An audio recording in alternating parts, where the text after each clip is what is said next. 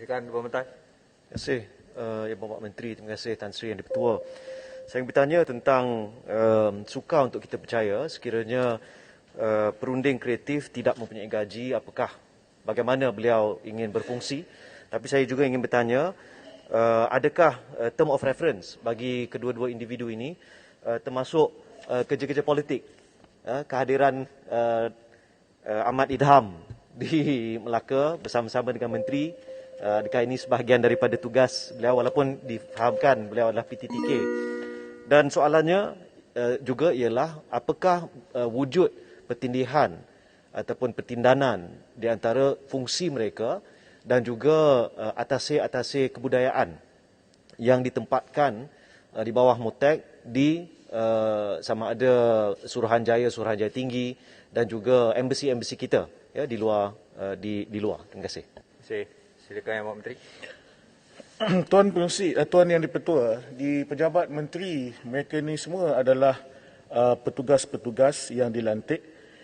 Saya ada 2 orang pegawai PTD, SUSK saya, namanya Encik Iqbal, dan seorang PTTK namanya Aldiba.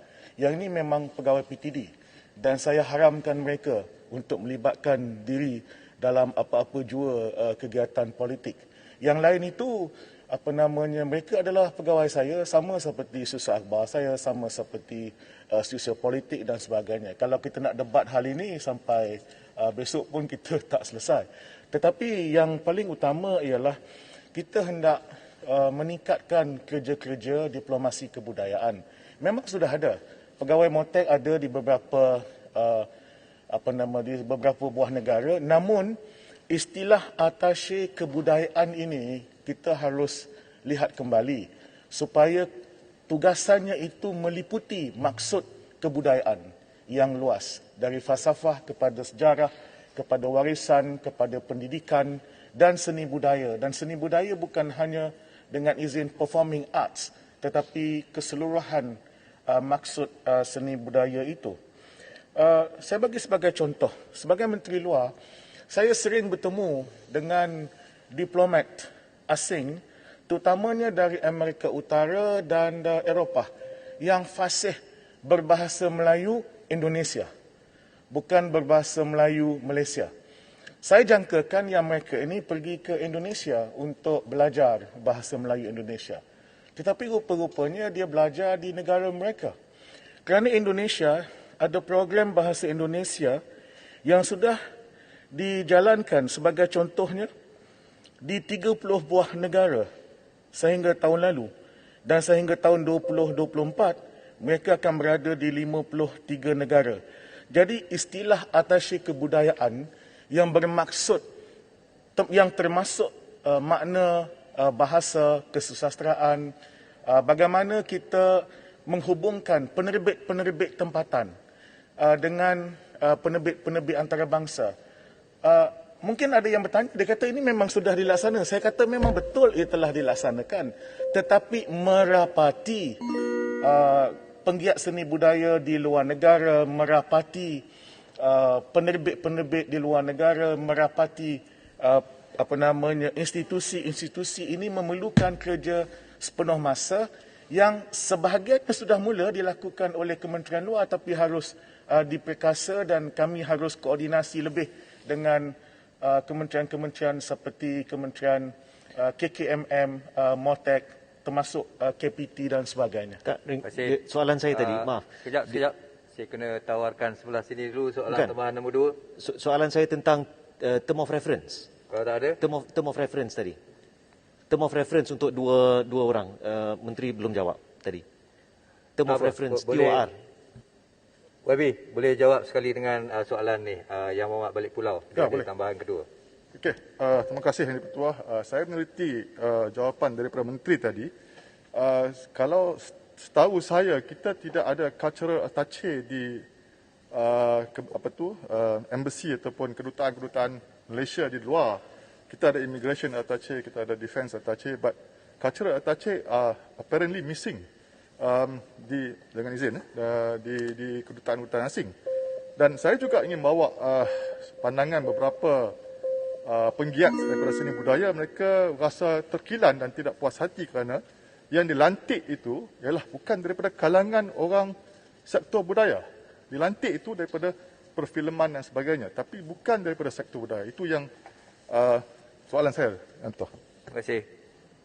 Kalau boleh jawab sekali dengan Yang Hormat Lemah Pantai tadi. Ya, Tuan Yang di-Pertua, saya dah katakan tadi, saya ada 2 orang pegawai di pejabat saya. Ini memang pegawai tabir diplomat dan memang mereka tak terlibat langsung dengan politik.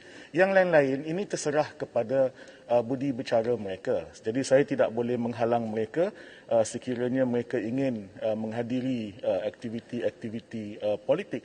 Sama macam saya kata, susah politik, susah akhbar dan sebagainya. Saya tadi tidak menyanggah terus istilah atashe kebudayaan. Sebab itu saya kata istilah atashe kebudayaan itu harus dilihat dengan kemas apa yang dimaksudkan, apakah bidang tugasan yang harus dilaksanakan. Dan apabila kita melihat soal-soal yang berkaitan dengan kebudayaan, dengan seni budaya, kita harus melihatnya dari segi gambaran yang besar, bahawa kita melibatkan semua pihak. Saya nak sebutkan bahawa apa yang saya lakukan ini bukanlah bermula daripada kosong. Kita harus memberi terima kasih kepada kedua-dua kementerian yang lain itu, MOTEK dan KKMM, yang sudah adakan libat urus sejak zaman berzaman dengan semua penggiat seni. Dan dalam kerja-kerja kita di Kementerian Luar, kita juga melibatkan beberapa tokoh yang mewakili pelbagai sektor dan bidang.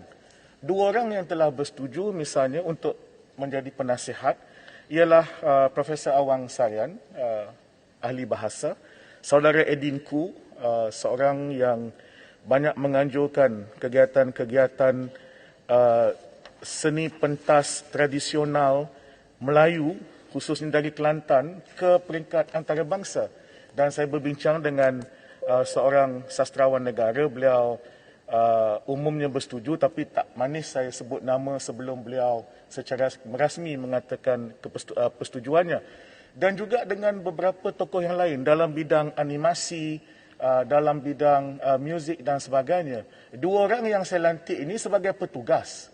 Memang mereka tidak mewakili semua bidang, tetapi mereka sebagai petugas untuk memulakan secara kecil-kecilan dalam suasana Kementerian Luar Negeri tidak mempunyai bajet untuk bermula dengan terlalu cepat dan terlalu besar. Terima kasih. Terima kasih. Telefon baharu percuma untuk semua. Pilih mana satu anda suka tanpa perlu kelulusan atau pendahuluan. Padankan dengan pelan pascabai tanpa had terbaik kami.